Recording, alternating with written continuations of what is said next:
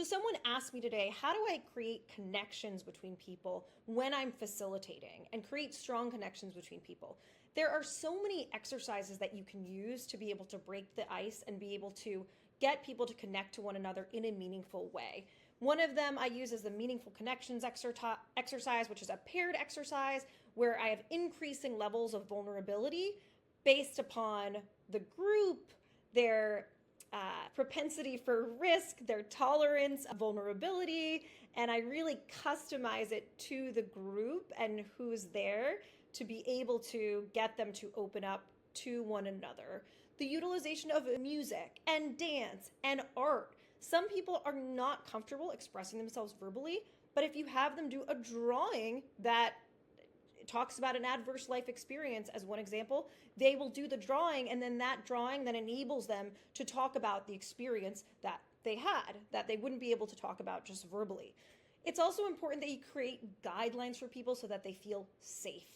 So usually I'll have people come up with the guidelines themselves. So people might say, assume the best intentions, confidentiality, don't talk over one another, respect each other's opinions, acknowledge that we all have different opinions.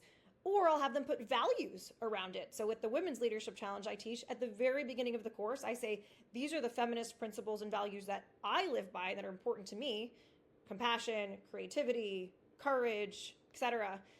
What does that mean to you? What else is important to you? And so someone might say equity. And values are only as good as the behaviors that accompany them. So I'll say, okay, in practice, what does equity actually mean to you? To be able to have that as a behavior, how will someone show you that they're treating you equally within this space? And then they'll say, well, they'll give me space to talk and they'll give me the same attention they would give someone else, as one example. So creating those guidelines and container is really powerful for people, and giving people multiple ways to express themselves and give feedback.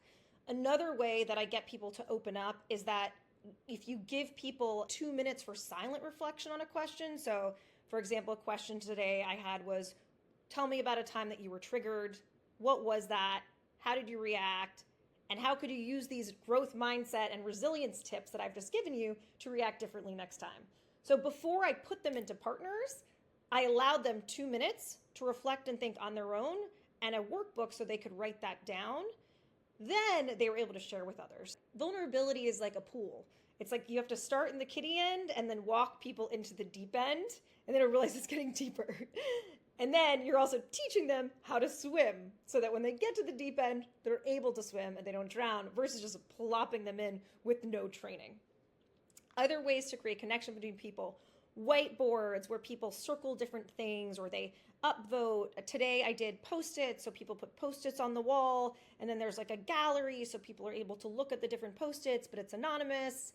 Did another exercise today where people crumpled up a little piece of paper that they were talking about something in their lives, but I wanted it to be anonymous, so they threw the paper in the air and everyone's laughing, and then they pick up someone else's, and then they talk about what was on that piece of paper. Also things like dance.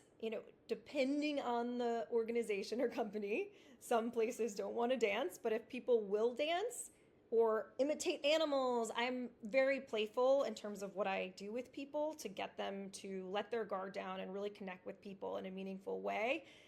Dance exercises can be really powerful, or song exercises in song, or writing a poem where you're finishing each other's verses. There's so many creative ways to be able to help create connection between participants. And I also think too, from a virtual facilitator standpoint, people have to be on camera. It is really, really, really, really, really hard as a facilitator to be able to draw people out and have them connect with one another if they're not on camera. Obviously, I understand there's circumstances that can't, but they also can't connect with their other participants as well when they're not on camera, because you don't know if they're there or not. There's a really good book by a guy named Charlie. I'll post it in the chat, but was actually designed for youth groups, and it's all these creative ways to form connection between people to get people comfortable. I use something that in comedy is called callbacks. So callbacks is basically when someone says something, and I really make an effort to know people's names. So Jose mentioned before that book he was reading on blah, blah, blah, and how he leveraged that tool with his team. Well, now that we're talking about courage, can we see how that relates here? Or that really brings up there. Or I know people's backgrounds when they come in, so I can leverage their experience and pull them out and say, Liza just made a documentary on this topic.